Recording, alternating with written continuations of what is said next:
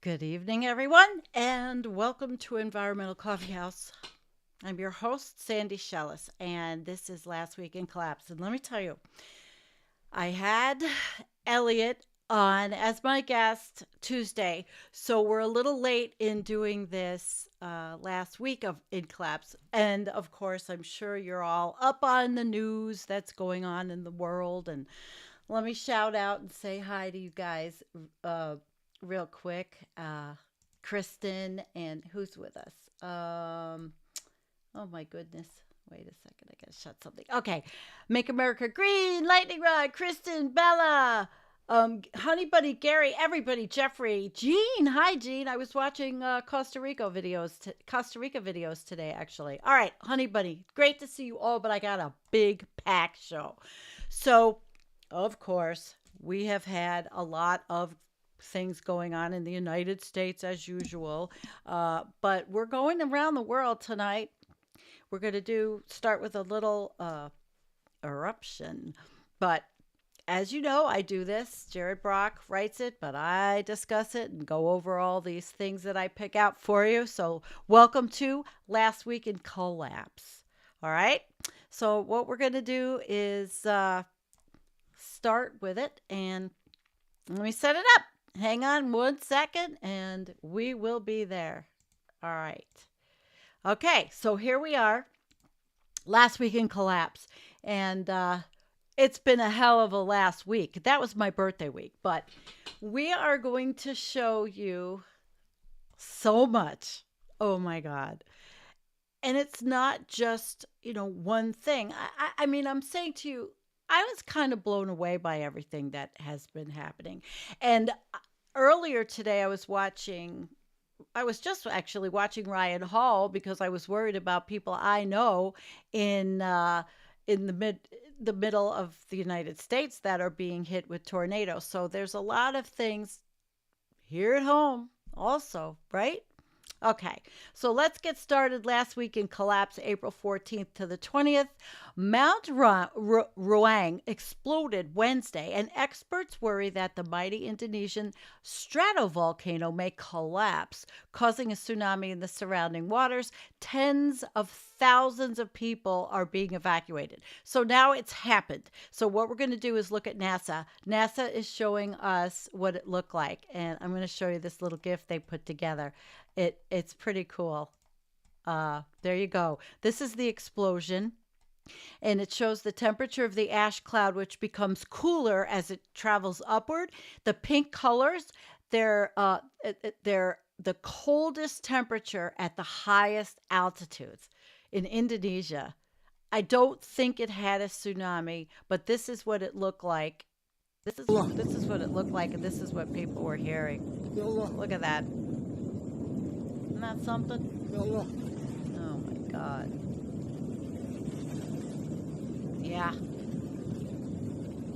Look at all that electricity in that thing. That's pretty scary. Can you imagine seeing that out your window? No, I can't. So, yeah. There you go. That has to go off. But it was pretty intense. And yes, Melanie says more volcanoes have been erupting. Yes, volcanoes, earthquakes, Or is it that we're just hearing more about them? Or the science is better? I don't know. But that was pretty cool. And thank gosh, thank God we didn't hear that there was a big tsunami. Because how many tsunamis are going on around the world at once? I mean, we're talking tsunamis of shit, of protest and war and death and destruction and collapse. But we have to know what's going on if we're going to be informed. So, that was the stratovolcano. Scientists claim that Mali's deadly heat wave a couple of weeks ago, which killed 100 plus people, most of whom were 60 plus years old, would not have been possible were it not for man-made climate change. Shell Oil says that taking more action against climate change is unrealistic. A study in Nature Climate Change released on Wednesday forecasts losses of 10 to 17% of gross domestic product at 3C of warming. So I have the article and I want to look at this article. I read the entire thing and studied a little bit about it, and I thought that it would be kind of cool to talk about this article because you see, the scientists that have done this article, created this article, they will be cited and their research will be read by economists and insurance companies because all of this research is needed to know what's coming down the pike, right? So, estimates of global economic damage from climate change assesses the effect of annual temperature changes. However, the roles of precip, temperature variability, and extreme events, they're not yet known. Here, by combining projections of climate models with empirical dose response functions, translating shifts in temperature means of variability, rainfall patterns, and extreme precip into economic damage, we show that at plus 3C, global average losses reach 10% of gross domestic product, with worst effects up to 17%, of course, in poorer low latitude countries. Now, why am I reading this, you say? We already know it's a big problem. But this is 10% of GDP. What's the GDP going to be? But these are the things, like I said, actuaries, everybody looks at in our around the world because they have to know how they're going to live. I mean, we're still in economic systems everywhere. It hasn't collapsed yet. Uh, so I want to, and I'm going to show you what the dose response is, but let me read a little more.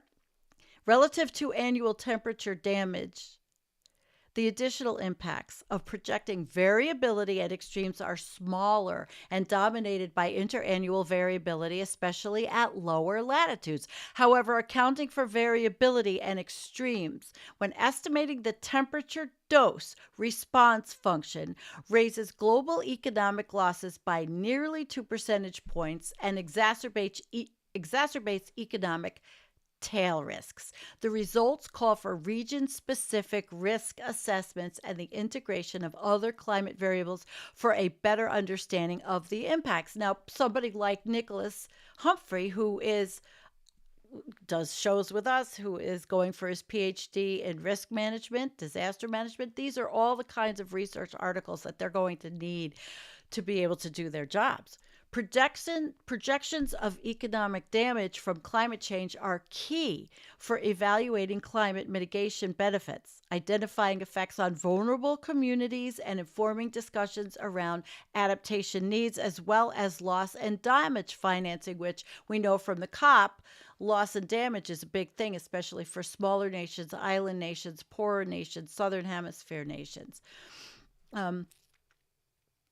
On a global or country level, such assessments have focused on how projected changes in the annual mean temperatures affect the GDP. So, however, the widespread losses in recent years driven by flooding and drought suggest that precip variability and extremes are similarly important.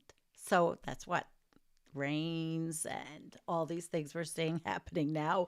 Anthropogenic forcing is increasing the frequency and intensity of precip extremes and variability on multiple scales, altering daily temperature patterns and driving an overall increase in precip over the land. So continued warming is expected to exacerbate these trends. And let me just go a little bit up.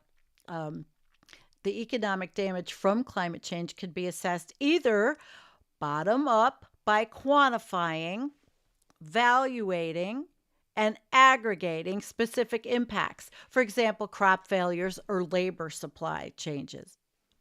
Or top down by identifying statistical relationship between observed climatic shifts and economic growth. While both approaches have advantage and limitations, top down approaches usually neglect climatic shifts beyond annual temperature changes. So to address this, recent studies have estimated the relationship between macro level income and a wider range of climatic indicators such as total precip, temperature variability, or temperature and precip precip extremes and anomalies. However, these studies don't investigate how much the inclusion of these climate indicators alters previous economic assessments of climate change, which is highly relevant for policymaking and future adaptation, which the people that are in Iowa right now are going to have to adapt because they're getting hit by tornadoes. And the people in Russia that had got it in the Urals that got hit by floods, it's all over. And so these assessments have to be done. So what I want to do is it talks about, exploring variability, combining, they're looking at recent advances in estimating dose response functions. Now, I'm going to tell you what a dose response is because I have a little video. Think about it. This video will make you think of these things in sort of medical terms, but actually think about the body or the medical term I'm going to tell you, and think about that as the planet. And this is what the scientists mean by dose response. Okay, here we go. Imagine you take a lungful of air laced with toxic chemicals. How do you know what the risk is of something unpleasant happening to you? Risk Bites has already covered the difference between hazard, the potential of something to cause harm, and risk, the probability or chance of harm occurring. What we need to know is how do you get from one to the other? If you want to put a number on the risk of something bad happening, dose response is what you need. But what is it exactly? Try this experiment. Hold your right earlobe very lightly between your right index finger and thumb. What do you feel? Probably not a lot. Now, increase your hold slightly. You probably feel an increase of pressure on your ear. Now pinch hard. Do you feel the pain? Congratulations, you have just experienced dose response. The dose is the amount of pressure you put on your earlobe, and the response is the pain you feel. The greater the pressure, the greater the response. Dose response is simply the relationship between how much of something our body is exposed to and the way it responds to that something.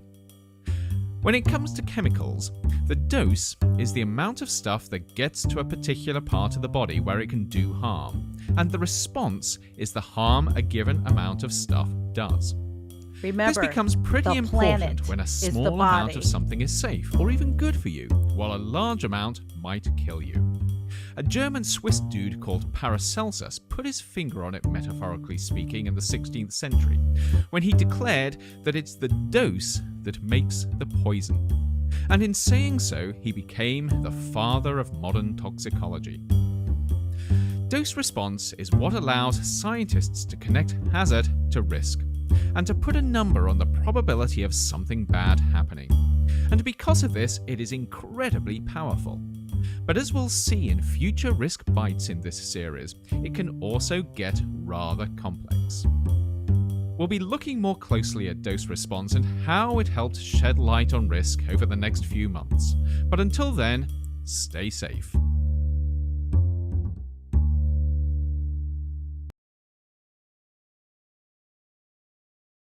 That was a cute video, and I'll put the channel link in the show notes. I liked it.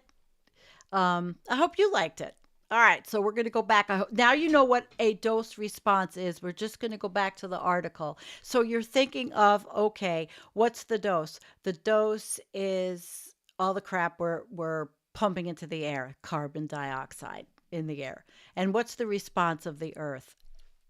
The Earth is dying. So it's the same thing. So that's what they're using in this. They're drawing upon advances in estimating dose response functions, which relate to shifts in various climate indicators.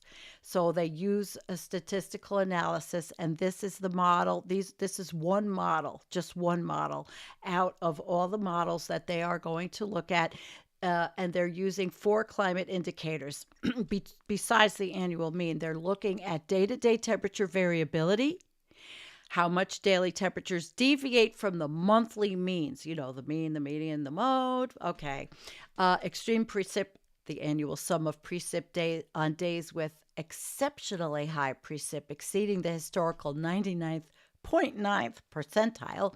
Monthly precip deviation, how much monthly precip deviates from historical means throughout the year, and for the number of wet days with precip above, this is the measurement, 1 millimeter, and the D minus one. But what that actually means is they're measuring the size of a sliver of paper of precip. Seriously.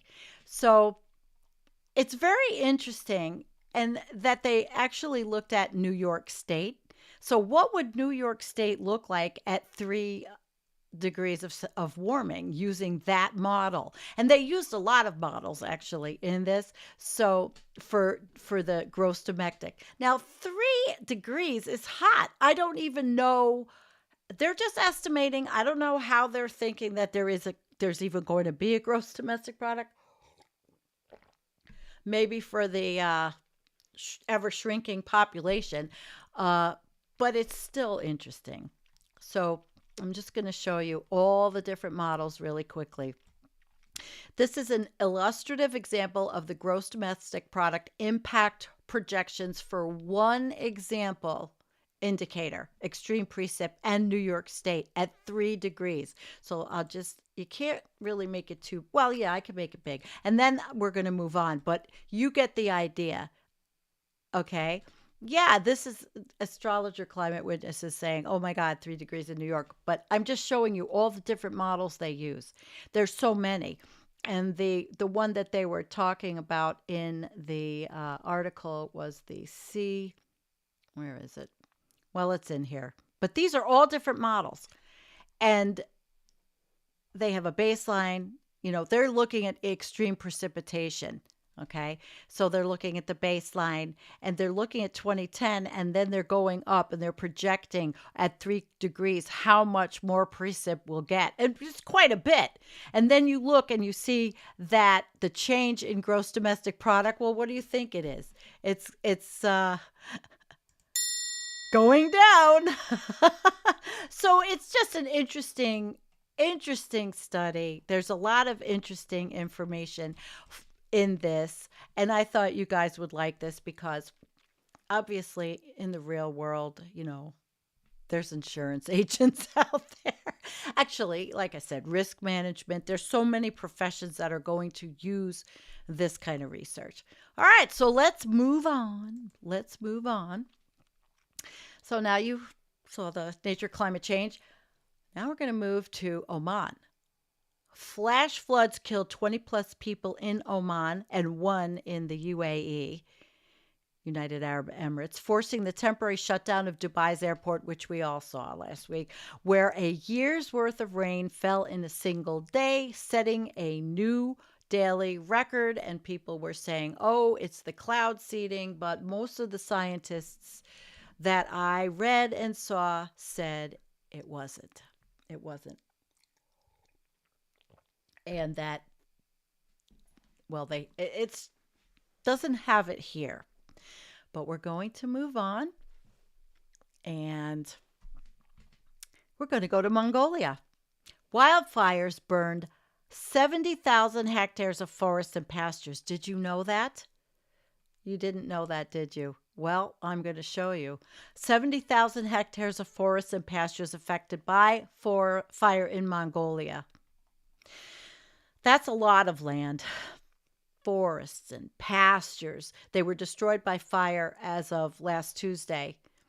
They were in 18 districts and 8 provinces, and these are all the different cities they were in. According to experts, most forest fires occurred due to human negligence, careless handling of fire, and burning of grass in the spring.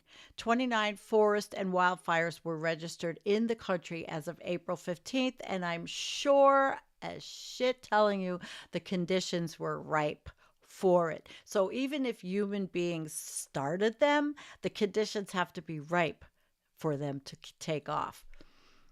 Okay. El Nino. And the lingering effects of 2023 Cyclone Freddy, they have been blamed for farming problems in Malawi and Scotland. They're experiencing their wettest April on record. I have somebody who writes, who lives in Scotland, who's always sending me pictures and graphics, and likes to debate me on whether are we really warming because of the weather in his backyard. Only so Scotland, they had their wettest April on record. So in Scotland, I would say that the Nature Climate Change article will help their insurance estimators, scientists, and risk managers. Most of the country has had 100% of its usual April rainfall, while Edinburgh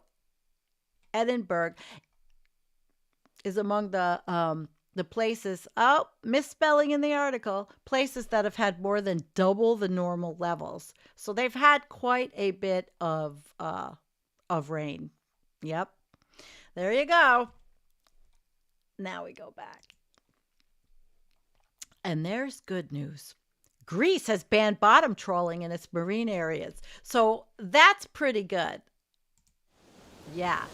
No more in there. However, the bad news, the ban takes effect in some marine sites in 2026, and it won't cover all the protected waters until 2030 when there's no fish left. And since Greece is the first European country to implement the ban, no other nearby nation has implemented such a restriction. So they have a conscience, hopefully, but maybe it'll catch on. I doubt it. Some corporations know what many have long forgotten. Water is more valuable than oil. One company flipped the water rights of a town in Arizona for a $14 million profit. States in the Colorado River Basin are experiencing the prisoner's dilemma the hard way. They're pretending a poor, it's because they're withholding the water from Texas, right? So they're portending a poor citrus and sugar season ahead. Now, in central Mexico, drought and water theft plus deforestation are taking a severe toll on water use, fishing, and tourism. Now, I wanted to show you, there was a picture, and I didn't think I pulled this one up. Yeah, here it is. And there's here, let me play this. Hopefully you can hear it. Okay. Look at that in Mexico. It was. Oh, I wonder why it's taking so long. Did you know you can get 40% off a single pair of glasses at America's Best? These savings won't last forever. Sorry about the ad. I didn't download it. I should have downloaded it. I couldn't. I had troubles. This video posted to social media shows that much of a popular lake in Mexico has dried up. Lake Pátzcuaro, seen here in a government tourism video, is a tourist destination in the western state of Michoacán. According to the local government, drought, deforestation, and even water theft contributed to the lake levels dropping. Michoacán has seen extreme drought for more than a year. The lake has lost over 50% of its volume since authorities started keeping track, according to CNN affiliate Televisa.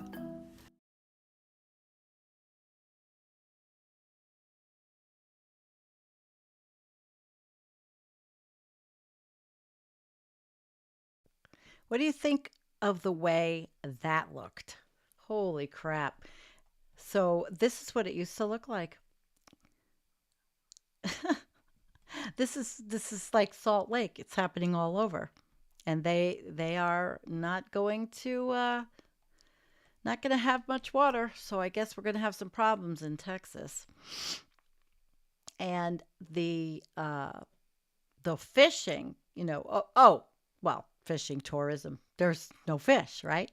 In parts of India, groundwater is gone, and farmers rely on trucked water to sustain their dying farms.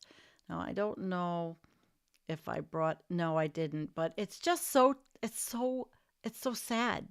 It really is. These guys have to bring in this water, and they're having trouble getting it, which means food insecurity is just going to go sky high in India. As flooding worsens in western Siberia, radioactive waste deposited in 2 underground reservoirs is threatening to resurface. Potential flowing down rivers to the Arctic Ocean. Wow. So I have something to show you about that. But first, let me see where they talk about that's dust. All right, I want to talk about this.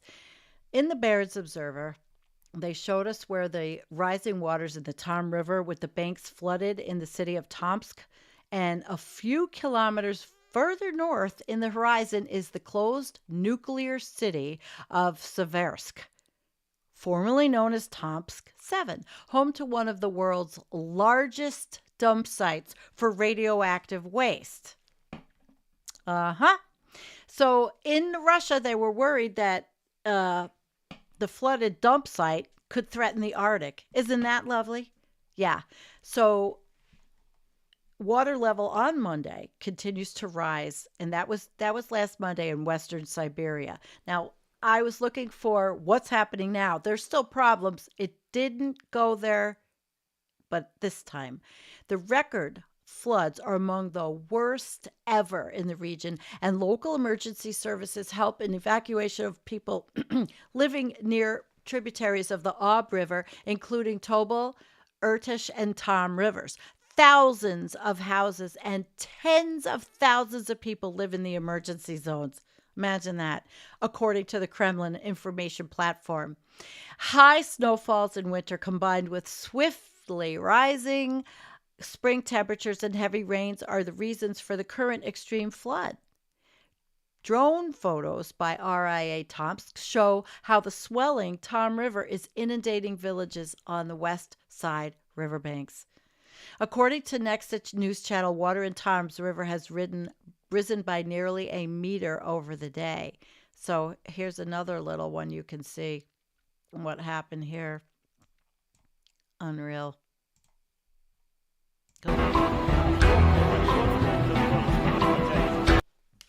Pretty scary, huh? It wasn't very long.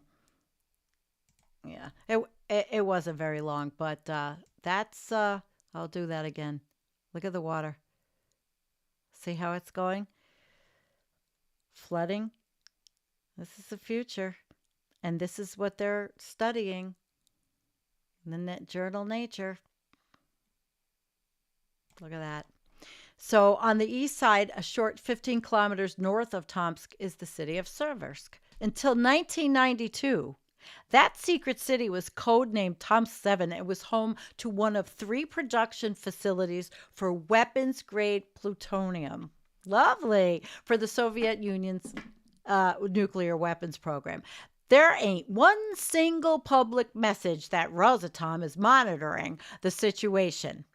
That they have the situation under control, says Alexander Nikin, an exiled nuclear safety expert working for Environmental Foundation Bologna. Nikitin was, until the all-out war against Ukraine, a member of Rosatom's public council. The council involves civic organizations and scientists in Russia and was aimed at raising public awareness of Rosatom's core operations. It's surprising there aren't even simple statements like, we have everything under control. They don't. We don't. No one does. Nothing's under control. According to the World Nuclear Association, the Siberian chemical combine in Seversk had 5 plutonium production reactors and an uranium enrichment plant and processing plant for plutonium warheads. Although shut down, an enormous amount of nuclear waste is still there. Now, I'm sure Russia does not have quite the EPA type of organization that we have in Superfund sites.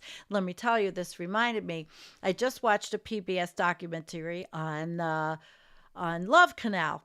I know people who literally lived there when they were kids and they had to leave. And that was chemical pollution. But the government finally got their shit together in the 1980s to get it cleaned up and get these people out. But it took a lot of activism. You think that's happening in Russia? They said hundreds and thousands of people are living in these areas. Widespread contamination in an area of up to 28 kilometers came after a concrete cover blew off the reaction vessel at the plutonium extraction facility in 1993. I remember this. People were scared. It was a major radiological accident.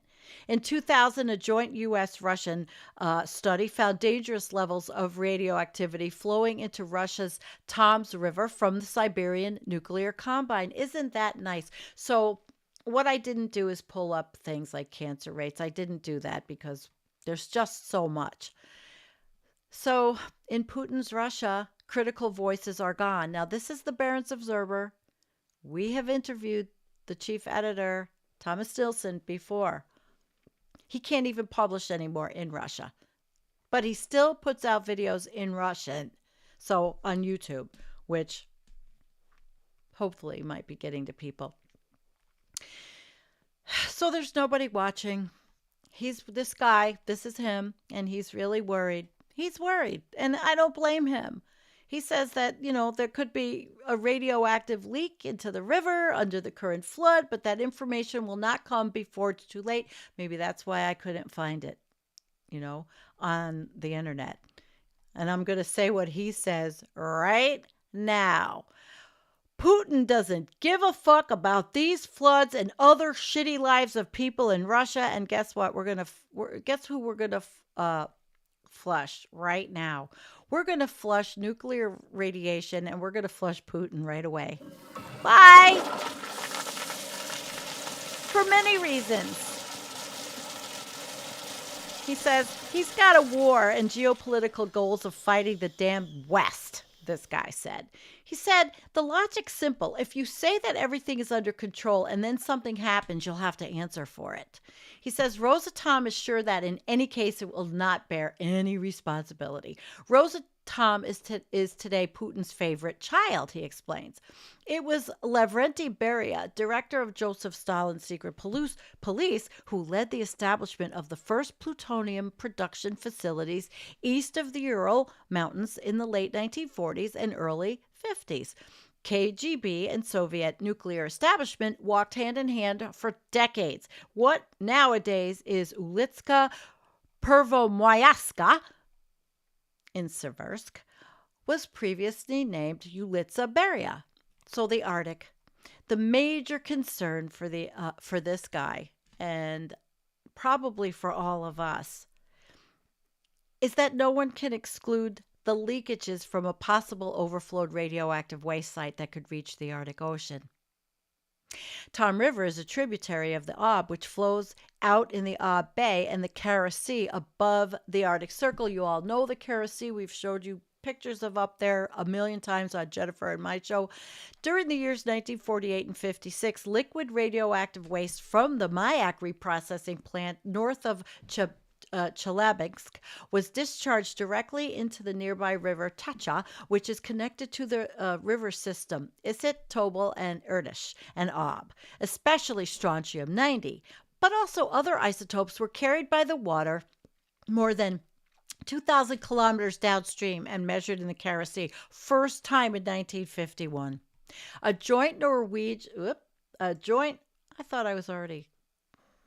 get it. Well, anyway, a joint Norwegian-Russian expedition to the Kara Sea in 1994 found traces of the same radionucleotides, although in lower levels. Everything is now possible, Nikitin says when he sees the photos of the flooded riverbanks. It all depends on the scale of the leakages. I'm sure the Siberian chemical combine sit quietly and wait, hoping for it to all go over, he told the Barron's Observer. So basically, they don't have the kind of regulations that we think we do in the United States anyway. But there you go. So that's what's happening in Russia. Potential, nuclear pollution. And everybody on the whole planet they'd rather fight wars and kill each other than clean up the planet.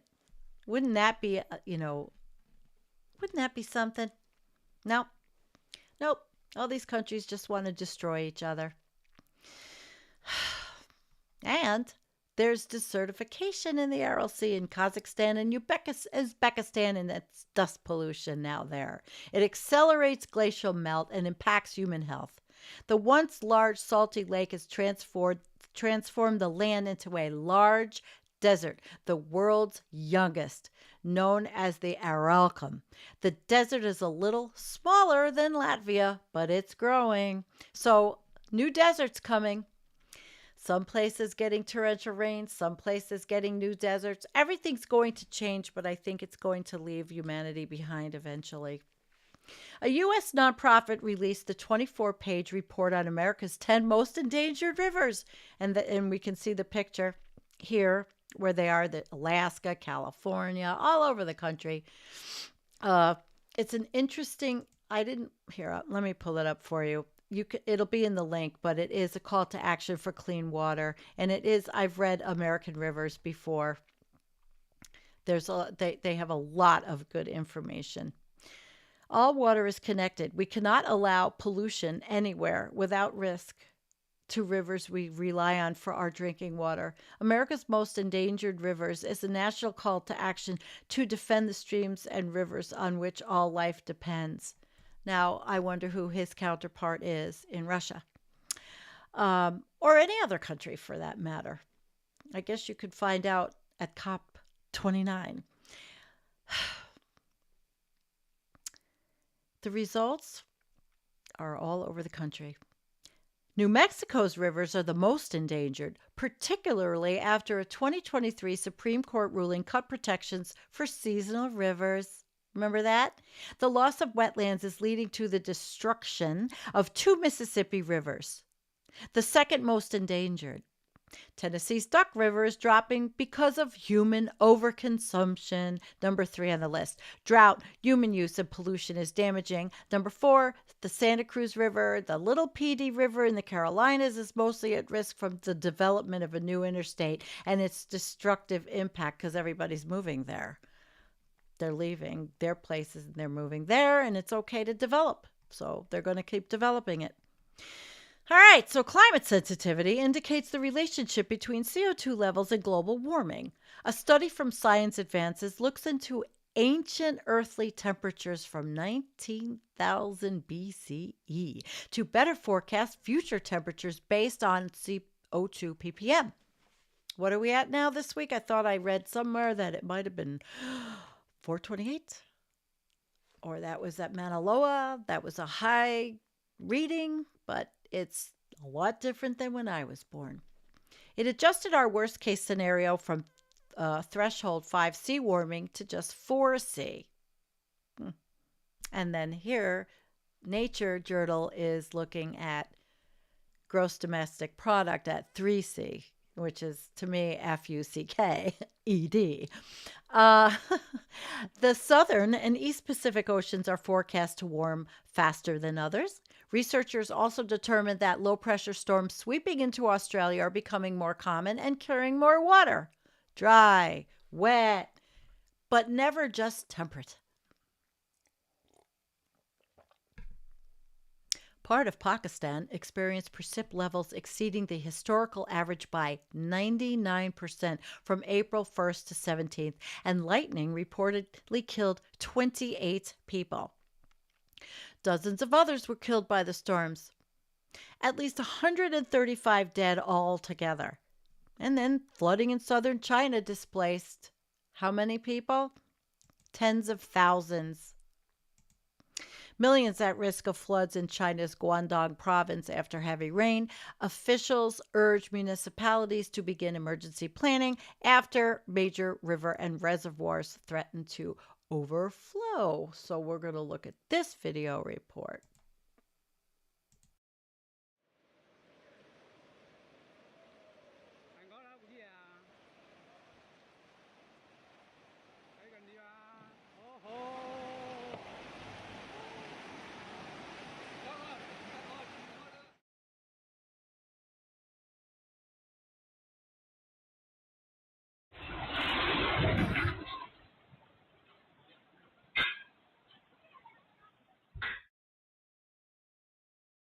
And it's not like they haven't been battered, because I showed it last year and probably the year before. This was before the region's usual flooding season. Yeah. Look at the villages and the farms. Russia, the United States, China. Yep. And rescue operations everywhere, constantly. All the rubble and the destruction. Think about it. Everything getting destroyed everywhere. Oh, my. All right. Everything getting destroyed everywhere. Major rivers and waterways and reservoirs in the Guangdong province. They did already unleash them. And so it's just very sad. 20,000 people were evacuated there. And raging muddy waters swept one vehicle down a narrow street. You saw that. So, and we continue to see the same stories over and over, just getting worse. And I'm the bearer of, of the news. And it's not called collapse for nothing. Parts of Bulgaria, Romania, and Turkey set new records for April night temperatures. Wow. Western Sahara broke an April record, as did several Balkan countries. Mexico City also broke a temperature record. 19 plus died in landslides in Indonesia, and 15 plus forest fires are burning in Thailand. Flooding killed 58 people in Tanzania over the last 2 weeks, and flash floods in Afghanistan slew at least 33. Climate change is being blamed for cockroach infestations in Spain, as well as the changing genetic composition of cockroaches. Scientists say that as wildlife dies, nature may become more of an acoustic fossil, still and dead. A new strain of monkeypox, Mpox, as it was later rebranded, has surfaced in the DRC and the Republic of Congo right here, and officials claim it has pandemic potential. This variant is said to be more contagious and doesn't always appear on tests. Officials say it is transmitted mostly through sexual contact, so just don't get laid. The strain of monkeypox is endemic in an animal reservoir in nature yet to be identified, one scientist said. H5N1 continues to lurk in the background, with doctors alarmed about the virus's expansion and terrified about a future human-to-human transmission. Another disease, rabbit fever, known as tularemia, is I think I said that right. Tularemia is spreading through beavers in Utah. Isn't that nice? It can be transmitted through bite of a tick or a fly. The World Bank claims that COVID increased poverty and income inequality in many of the world's poorest countries. The advanced edition of a 130-page report is heavy on financial graphs and paints a mixed picture of the future. COVID-19 saw gross domestic product, there's that GDP again, growth in these very low-income countries fall to 0.3% in 2020, the lowest rate recorded since the early 1980s. The combination of pre-pandemic vulnerabilities, recent overlapping crises, and wider problems, including the effects of climate change and increases in violence and conflict, is weighing heavily on these countries' economic and social development. These countries account for 92% of the world's food insecure people after a doubling of their food insecure populations since 2019. A more fundamental structural slowdown is likely to persist globally throughout the remainder of the decade. Those are excerpts from that report. So these are just the growth, the populations, poverty, food insecurity of these countries. Several large regions in China are seeing buildings sinking, some by more than 1 centimeter per year as water extraction accelerates. So many cities are sinking faster than the sea levels rise. In California, similar things are happening in the San Joaquin Valley. Sierra Leone, they haven't paid their electric provider. There's Sierra Leone, in case you want to visualize that. Liberia and Guinea, it's on the Atlantic Ocean. Well, they haven't paid their electric bill. The country owes nearly $50 million to Cara Powership, which is a Turkish energy company providing mobile power from a large power ship offshore. Check that out. Isn't that something? They can't pay their bill. So the people in Sierra Leone, they are, essentially living, it's going to come for all of us. They're just having the hardships now, and their country can't pay for it. In Ecuador, drought has led to a hydropower crisis, feeding into their growing insecurity. And then Nigeria's power grid collapsed again last week for the 6th time this year. Now, I just wanted to take a quick look at Ecuador. They ration power as that Andean drought tightens the grip. Excuse me. El Nino weather phenomenon depletes reservoirs and limits output at their hydroelectric plants. And they're rationing it. And that hydroelectric is what produces 75%. And so they're saying, just think about Ecuador and think about our southern border and why people want to come to the United States because of the hardships. And so many don't understand it. Trump gets in, they would like to have firing squads down there. A British doctor who held a sign saying no new oil at a Just Stop Oil protest in the UK may lose her license to practice medicine. How fucked is that? Meanwhile, Canada's healthcare system continues to collapse from extended wait times and overworked medical staff. Sandy of Left of the Box talks about that and what happens in Canada. You can get a lot more information on her channel. Coffee prices, oh my God, hit new highs as shortages tighten in Brazil and Vietnam. British food prices are increasing as well, and a combination of local flooding and international shortages and shipping issues. All right. We're going to get into that in a couple of minutes. A study into pollution from coal trains, supposedly, and not John Coltrane, coal trains, woo! Supposedly the first of its kind, confirms the obvious increases of heart disease, asthma, pneumonia to those living nearby. Excuse me. Okay, so that's what's happening in California. The coal trains are killing people. And that's the air. If you see the PM 2.5, the air, that's how they measure air quality. I'm bedridden for 2 to 3 weeks if I try to do a gentle walk, said a former triathlete with a terrible case of long COVID. A study in Environment International determined that toxins from some microplastics can be absorbed through skin contact, especially through sweaty skin. At least I'm not sweating while I'm drinking my reverse osmosis water from a plastic piece of shit. Okay. So that's they're looking at the skin and it's all just sucking into us. All right, shadow banking. Unregulated electronic traders and the growth of private investing markets have reportedly contributed to increased instability in global financial markets.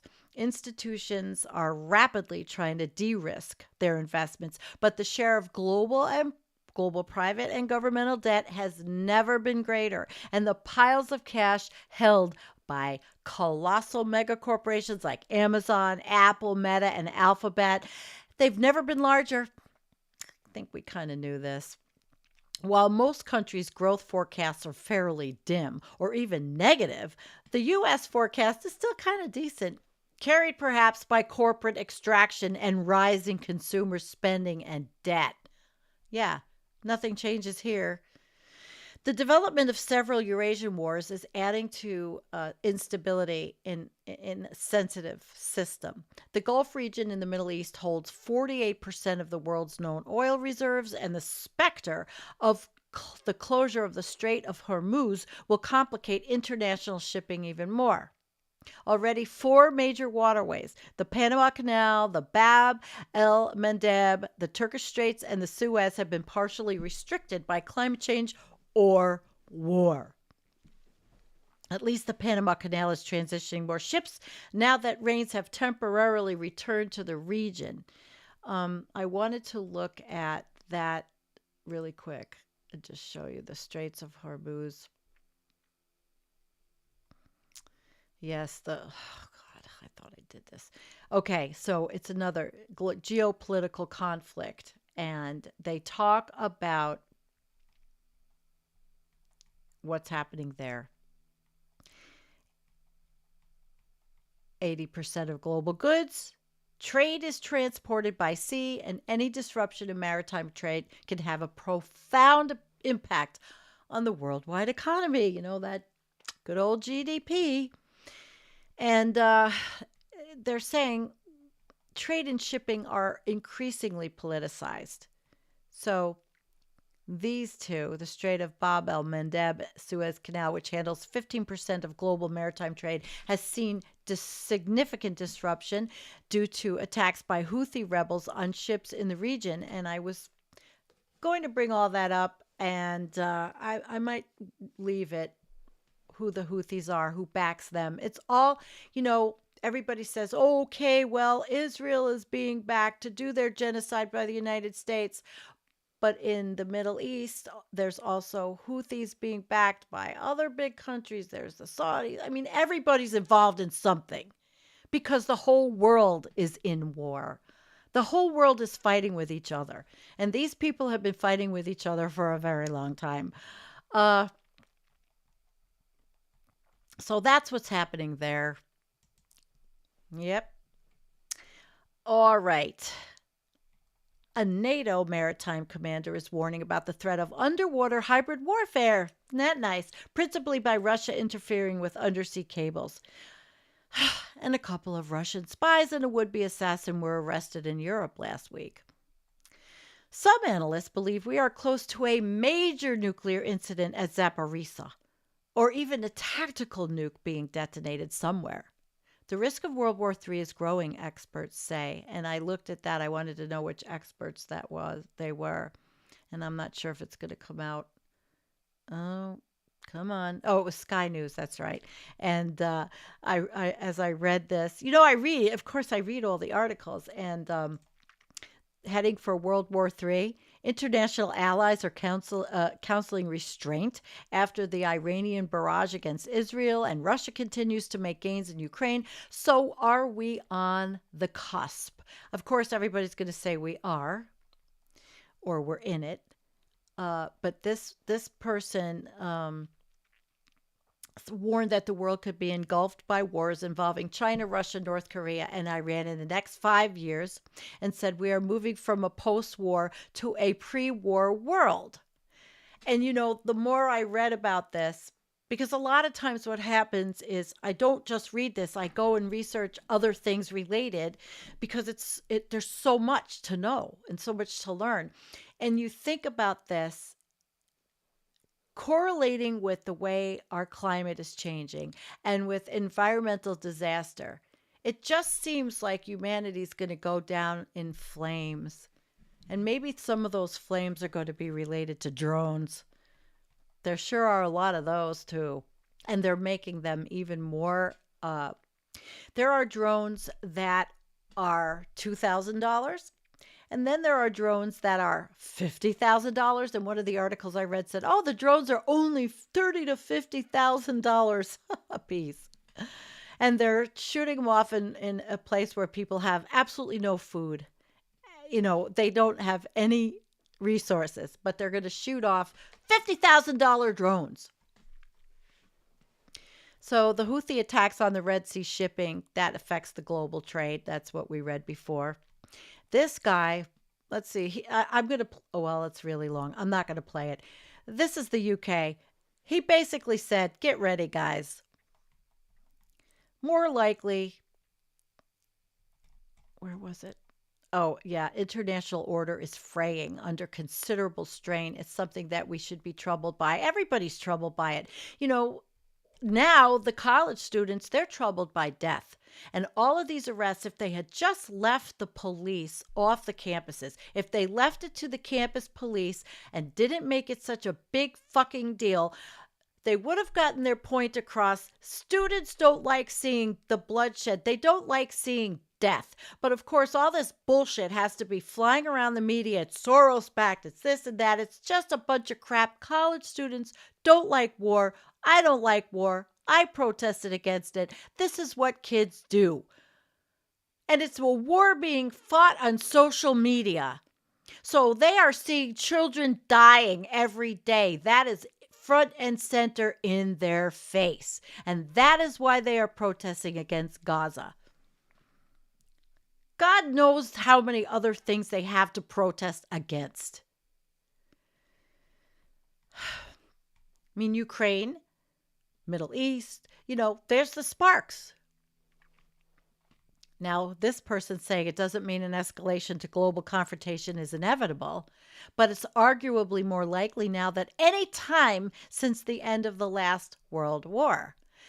A decision by Iran to launch an unprecedented barrage of missiles and drones against Israel has just raised the stakes even higher. And of course, Israel has vowed to respond through its allies, including the UK and the US. But we're telling them to restrain themselves. And now I read something today about Biden saying, we are not going to fund this IDF battalion that is in the West Bank that even before the war was doing crimes against humanity, basically. Is it too little, too late? Anyway, there's a lot going on. And it says, the crisis pitches authoritarian states against democracies. Despite vows of Western support, Russia is slowly gaining ground in Ukraine, which is sad if you see the movie 20 Days of Mariupol. Western allies are failing to deliver the weapons. Well, we know that changed, right? So this was last week. And they're also, saying that Iran, North Korea is also involved in this, and China. And China's, everybody's giving everybody weapons. This is what we live for. We're bloodthirsty, humanity, bloodthirsty. The ongoing development and deployment of suicide drones, cheap to manufacture but expensive to intercept, is reshaping the battlefield and forcing it into an economic industrial domain again. The battlefield, make money. That's what I had read. American funding for Ukraine and Israel and Taiwan has passed. Another bill has passed to potentially force the sale of TikTok, arguably the world's most popular app. And Russia bombed apartment and train station in Dnipro, killing 8 and injuring 28 more. Ukraine supposedly took out a Russian bomber in the sky. Russia claims they shot down 50 Ukrainian drones targeting Russia energy infrastructure. Russia is also hiring more soldiers in a momentary push to boost its manpower without using conscription, the draft. But they are also conscripting female convicts now. So I guess they're really, they're getting a little, war happy. A former NATO commander claimed that Russia does not have the capability to knock Ukraine out of the war, but others disagree. And I know I had something else here. And no, wait. Hang on. No, I got it. No, we'll go back. I didn't. I have something else that's coming up. A deportation flight from the U.S. to Haiti took off last week, carrying 50 plus Haitians back to northern Haiti, back to the hellhole. The besieged capital is being likened to a jail.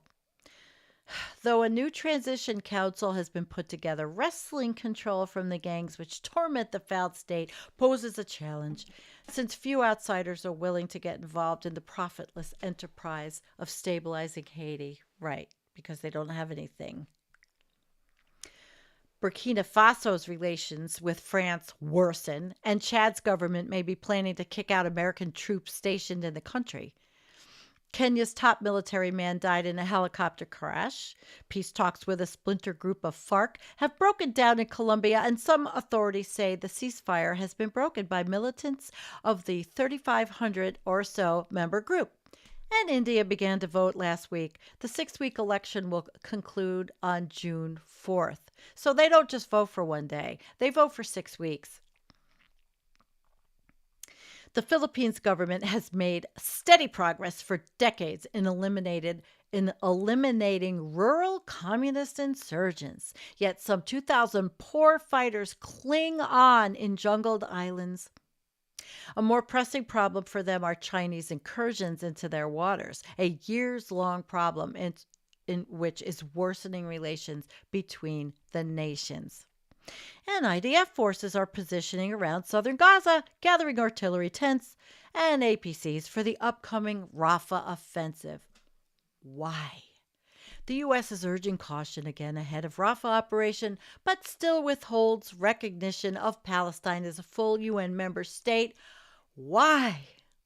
Hezbollah and IDF forces continue exchanging attacks in the aftermath of Iran's 300 drone attack on Israel. They're holding it back because they say Hamas, they don't want to admit that Hamas, yes, they are terrorists, but they were created, they call themselves revolutionaries. And they were created, and I'm not an apologist, they were created out of reaction, I suppose. Rebels in Myanmar are fighting near the Thai border and making progress in employing drones to drop explosives.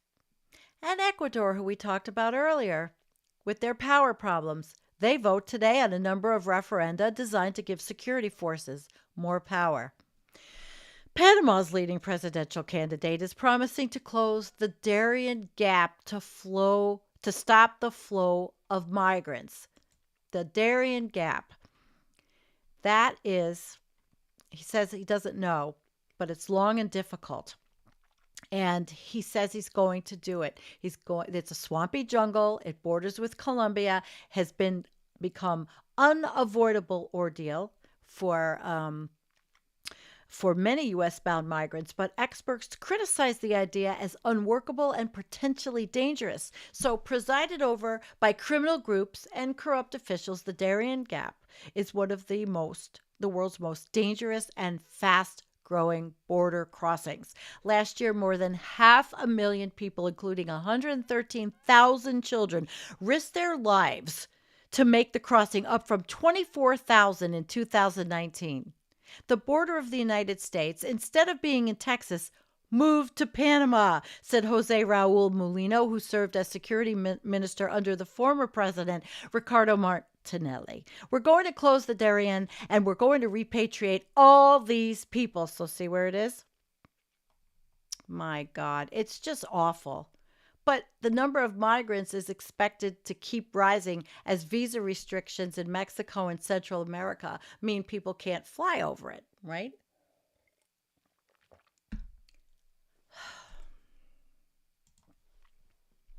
Sudan civil war turned 1 year old, and analysts claim it's getting worse for everyone in the area. 1 year on, Sudan's middle class has been obliterated.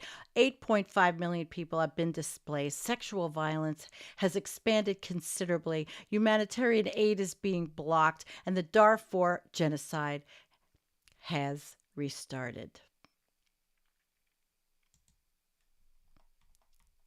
UN warns of possible imminent attack on city in Sudan's North Darfur.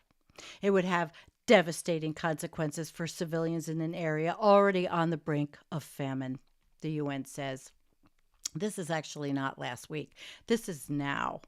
And I do have something that I want to show you. And it's a little longer, but it's really, really good. I really want you to see this, so hang on.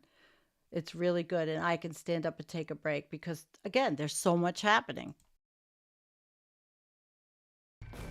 The conflict in Palestine and Israel, in Ukraine, the upcoming US election are among some of the things that seem to have pushed the conflict in Sudan further down the world's agenda. And that's visible just from the lack of support for people there in the transit camp. And also politically, the lack of international pressure on warring generals in Sudan to come to the table. So it's going on and causing a massive humanitarian catastrophe. I'm Malcolm Webb, I'm a senior correspondent. Sudan's often been described as the world's forgotten crisis. We went there, and between us, it's tragic.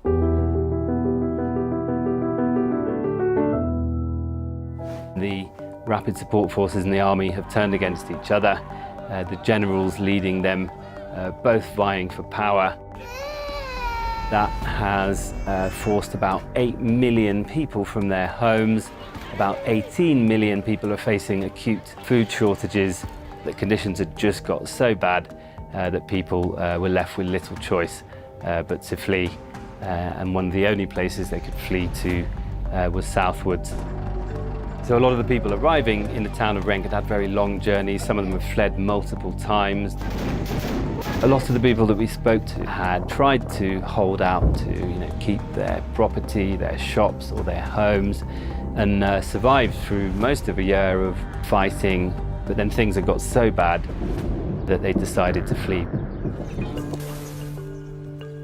At the same time, many of the displaced people don't want to leave the border area because they don't want to have to rebuild their lives in remote, long-term refugee settlements in South Sudan. That is one of the reasons why the transit camp is just growing bigger and bigger, because they hope that things will get better soon so that they will be able to return home. But from what we know of the conflict in Sudan and the stalled progress of peace talks, that doesn't seem very likely.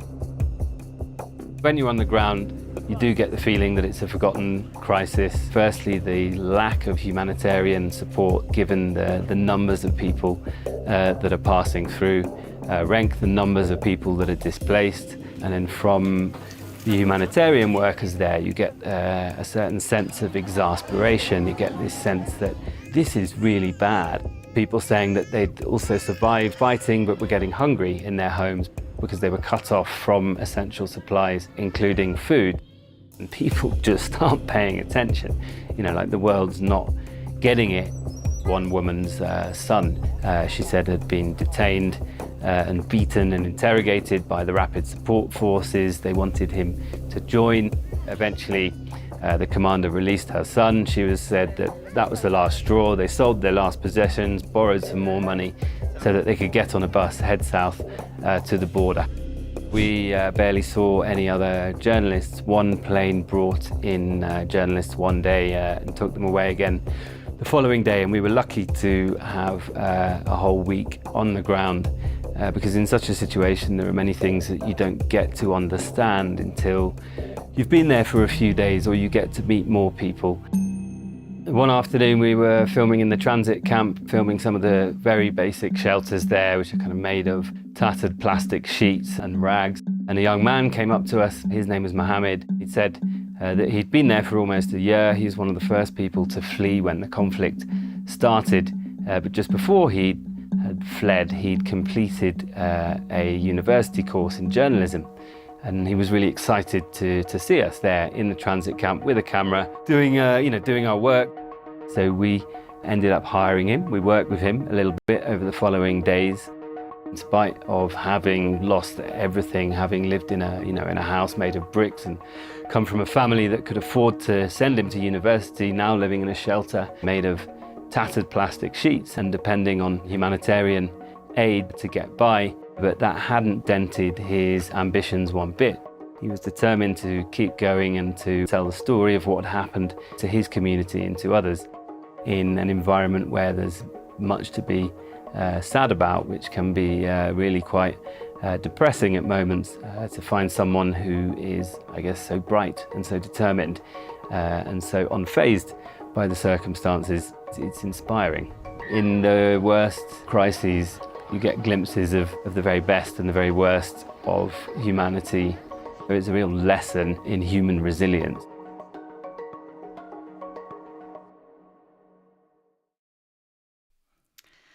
I thought that was really good. And I want to tell you that In Sudan, the U.S. announces over 47 million in humanitarian aid for war-torn Sudan. And the U.S. is actually the biggest biggest country that's giving money. The U.S. announced more than 47 million in March in humanitarian aid for war-torn Sudan and two neighboring countries where at least 1 million people have fled for the nearly one-year-old conflict. The aid package is expected to help alleviate the suffering of nearly 25 million people, including refugees who have fled the country into Chad and South Sudan, according to a statement Wednesday from the U.S. State Department. The U.S. humanitarian assistance provides critical life-saving assistance, including food, water, and sanitation facilities, shelter, medical services, including medical health support and protection to Sudanese fleeing the conflict. That fresh funds, they bring more than 968 million, the total U.S. humanitarian aid for Sudan since last year. Did you guys know that? So if everybody does want to beat up on the U.S., we still do good things, and it is a tightrope walking act. I mean, it's not easy to be in the geopolitical environment that we are in. Nothing is simplistic at all. It's a tightrope. I wouldn't want to be running this fucking country. I wouldn't want to be even on an aide to the president. I wouldn't even want to be near it. It's probably the most stressful job. Oh my God. All right. So we already told you the U.S. is urging caution ahead. But all of this could have been avoided if maybe there was a two-state solution a long time ago. But everybody's very stubborn and stuck, They hate each other. And that's the problem. And it all boils down to their religions. All right. So Hezbollah and IDF forces continue exchanging attacks in the aftermath of Iran's 300-plus drone attack on Israel. Rebels in Myanmar are fighting. Oh, I already read that. Okay, so, Sudan, and how did that get changed like that? Oh, because, okay, sorry. All right, so you saw that, and that's it. That's it for me. I'm going to bring on to you. I'm going to bring up some questions. So let's talk. There's a lot there. I had wanted to show that. I thought it was very important to show that. And how are you guys doing? Long show, but we're not an hour and a half. So I can bring on some questions, answers. First, I will thank you, Dwayne. Holy shit. Compared to other YouTube hosts, I prefer Environmental Coffeehouse and Sandy's calm and knowledgeable demeanor. So many other channels are just a spectacle. Well, if everything I did, thank you. Everything I showed you is a spectacle because we've made a spectacle of everything. The West are not democracies. Europe is gladio-ridden, and the USA proper is a de facto gerontocratic, kakistocratic, plutocratic, kakistocracy. Woo! Ruled by spies. Western moral superiority has no basis. I got that tongue twister, Nadia. Thank you. Holy shit. That was a tongue twister. All right, guys, let's see what you're talking about. And then I'm going to say goodnight for Friday. And, oh, thank you. Thank you. That's very sweet. Okay, let's see what's going on. The Middle East is a distraction from our climate crisis. Partly, it's a distraction from the fact that who are going down with the ship, down with the tubes. Yeah. Sad shit of a week, but it needs saying. And I like doing the show because actually, as much as it's it can be traumatic to do this, I'm reading about everything, and it's a 2-day deep dive really, and gardening season's coming, so it's gonna be a little tough to be Wonder Woman because I'm not Wonder Woman. I'm completely not Wonder Woman. Anyway, thank you, everyone. Let me look at my calendar because I want to tell you what's going on for me. I will be here Tuesday night, and then I am leaving, I think on the 2nd or 3rd. I don't know if I'm having a show on the 2nd or we're doing a best of yet. I don't know, but I'm going down to New York for my mother's birthday party, and I'm supposed to see Nadia, possibly if I could get my kid to take me, and CJ, another friend, if I could take my kid to, I could talk her into driving me down to Manhattan. We'll see. I don't know. Time is, it's short because I'm not staying that long. All right, let's see. Where is, I saw, here. I don't have any questions. I consider this my once a week group therapy session. Not that anyone here is crazy. Okay, I've heard the word crazy is controversial now, but I say it all the time. Okay. Kakistocracy is actually a real term. Of course it is. I use it all the time. We are ruled by a kakistocracy, referring to the decaying elements of successful empires, or the kakistocracy is people that don't know how to run their countries, their states, No. Thanks for sending me that hilarious video. Oh, okay. Yeah, I did. I sent you a video. I thought you would like it. Okay. Hello, Obsolete Optics, Mark Adams, batshit crazy. Yeah, say the word. Well, the world is crazy. Humanity's going insane. And I guess it all is a distraction from one thing or another. Right? There is no normal, Right? Yeah. Nothing but token actions makes us batshit crazy. Well, we never took any actions. We're just warring.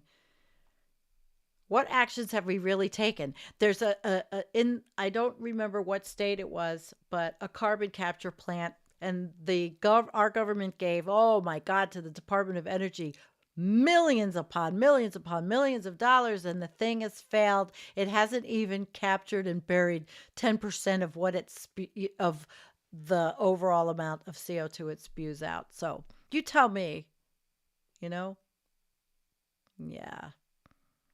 Yeah.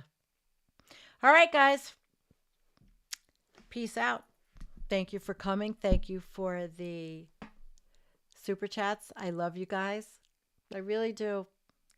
Mark and Tim and Obsolete Optics, thank you for moderating. Kim, thank you for moderating. Channel Warhorse, mwah. Kai McDougall, Teddy Cool, Emerald View, Tommyist, Gene, Void, Looney Tunes. Let's see, I'm going up. Wanda, Astrologer, Climate Witness, Karen Reese, Bella, everybody, you're all awesome. Jim McHenry, who does a weekly show, kick ass. You can see him on YouTube also, right? And I love you, Poppy. You're also amazing. All right, so I guess I'll start the music and I'll say good night, good night, good night. Ooh.